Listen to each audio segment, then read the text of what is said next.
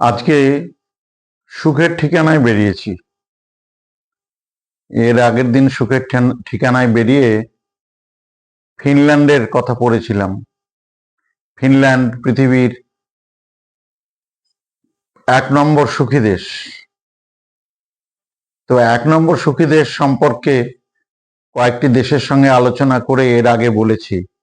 আজকে আলোচনা করছি ডেনমার্ক প্রসঙ্গে।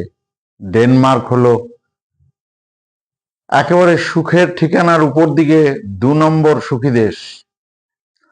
হ্যাপিনেস ইন্ডেক্সে সেকেন্ড স্কোর। আচ্ছা, এই সেকেন্ড স্কোরটা কারা নির্ধারণ করে? কারণ এই যে নির্ধারণগুলিকে তো আমাদের বিশ্বাসযোগ্যতা আনতে হবে। এটা নির্ধারণ করে গ্লোবাল হ্যাপিনেস কাউন্সিল। এটা 2012 সাল থেকে শুরু হয়েছে। ইউনাইটেড নেশনস অর্গানাইজেশনের পক্ষ থেকে এটা করা হয়। এটা করা হয় হচ্ছে যে সবল এবং শক্তিশালী উন্নয়ন যে ব্যবস্থাগুলি আছে সেগুলি পরিচালনা করা। একটু অনুবাদ করে বললাম, সাস্টেনেবল ডেভেলপমেন্ট সলিউশন নেটওয়ার্কটা তারা দেখে। তো যাই হোক, আলোচনায় ঢুকে যাই। তা বিশ্ব অর্থনীতিতে ডেনমার্কের জায়গা হচ্ছে 38 নম্বরে। মানব সম্পদ উন্নয়নে ডেনমার্ক 5 নম্বরে আছে। ডেনমার্কের দেশটাও খুব ছোট নয়। ডেনমার্ক 42,952 বর্গ কিলোমিটারের দেশ। এই দেশের মধ্যেই আছে গ্রিনল্যান্ড। এর 11টি রাজ্য আছে এবং এর যে খনিজ সম্পদ তা হচ্ছে গ্র্যাভেল, চক, লাইমস্টোন, ক্লে। এবং কৃষিজ উৎপাদনের মধ্যে আছে মাংস, দুগ্ধজাত পণ্য, বার্লি, হুইটস এবং বিট থেকে উৎপন্ন চিনি, বিট।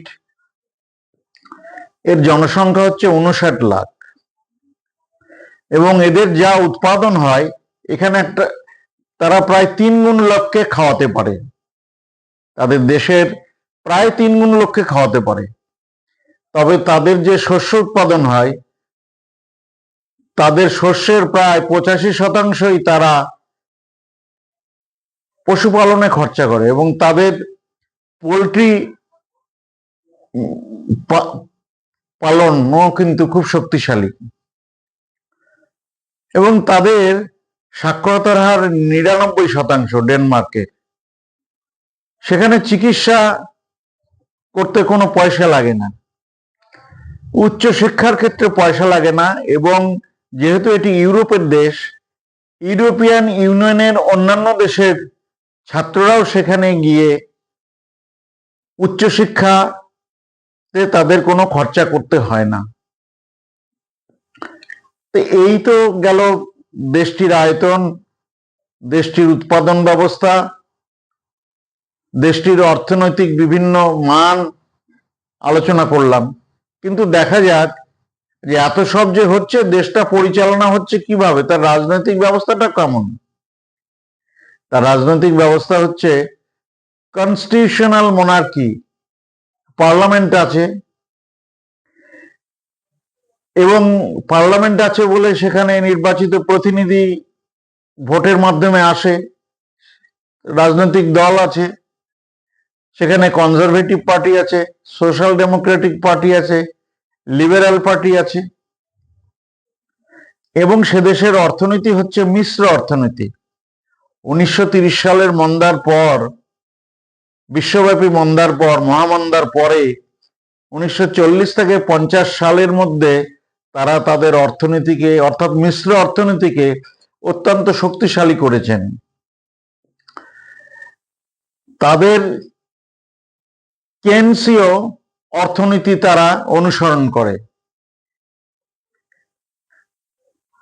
এবং তাদের প্রাইভেট সেক্টরে আমরা পড়ে জানতে পারছি 48% তাদের হচ্ছে ব্যক্তিগত ক্ষেত্রের উৎপাদন এবং অর্থনীতি, এবং সরকার এবং সরকার পোষিত ক্ষেত্রে তাদের উৎপাদন ও অর্থনীতি হচ্ছে 52%, এবং তাদেরকে দেশকে বলা হয় কেনসিয়ান ওয়েলফেয়ার স্টেট। এবং এছাড়াও তাদের দেশে একটি বিষয় আছে, যেমন চিকিৎসা শিক্ষা ফ্রি, কিন্তু সেখানে কিন্তু সামাজিক সহায়তা অর্থাৎ দুস্থদের সহায়তা করার বিষয়টাও কিন্তু অত্যন্ত শক্তিশালী। তো কাজেই আলোচনাকে দীর্ঘায়িত করব না, পরিশেষে যে কথা বলছি যে একটি দেশকে মূল্যায়ন করতে গেলে তার সম্পদ কেমন আছে, তার উৎপাদন ব্যবস্থা কেমন আছে, যেমন নির্বাচন করতে হবে, তেমনি তার রাজনৈতিক ব্যবস্থাটাও দেখা দরকার। রাজনৈতিক স্থিতিশীলতা এবং রাজনৈতিক দৃষ্টিভঙ্গির উপর দেশের উৎপাদন এবং সম্পদের বন্টন নির্ভর করে। তো কাজেই